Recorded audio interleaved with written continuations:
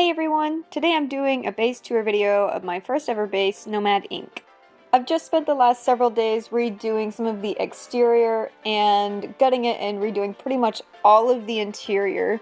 So if you visited about a year ago when I originally posted this ship, it actually looks completely different on the inside. I wanted it to feel really rickety and run down, like it probably shouldn't fly, but it does anyway. You'll probably see this more as we go through it on the inside, but I wanted it to be sort of Fallout meets cyberpunk with lots of neon lights and neon signs, but just really dirty and dingy. I'm gonna do a quick fly around of the deck here and just show you guys some of the little details that I've scattered around the place. We've got 4 landing pads up here instead of 2 now, which is nice. It's a little bit cramped, so if you bring friends, be careful. We've got 2 bedrooms in the entryway and, of course, the Nomad sign going down into the ship.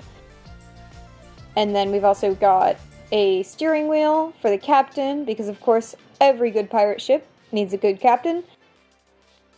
I'm also going to pan around this rudder here really quick because that got redone in the remodel. It needed a lot of work, and now it's got a nice engine with a jet in the center, those 3 sails to act as sort of guidelines. Here's the centerpiece for the build. It's meant to be the hub for the vendors, like a place for storage.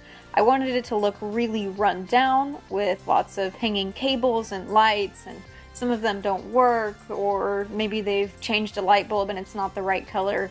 You can see now what I was talking about with the neon lights, signs, and billboards. I wanted it to feel like that's probably the main source of light in here, and so it blinks on and off, and that's meant to be like maybe it doesn't have enough power or there's a short somewhere.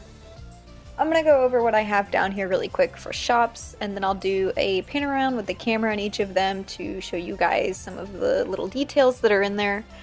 I've got 2 restaurants, both with a sort of Asian noodle bar theme, and then I've got a coffee bar and a regular bar. I have a fruits and vegetables vendor, a ice cream cart, a weapons salesman.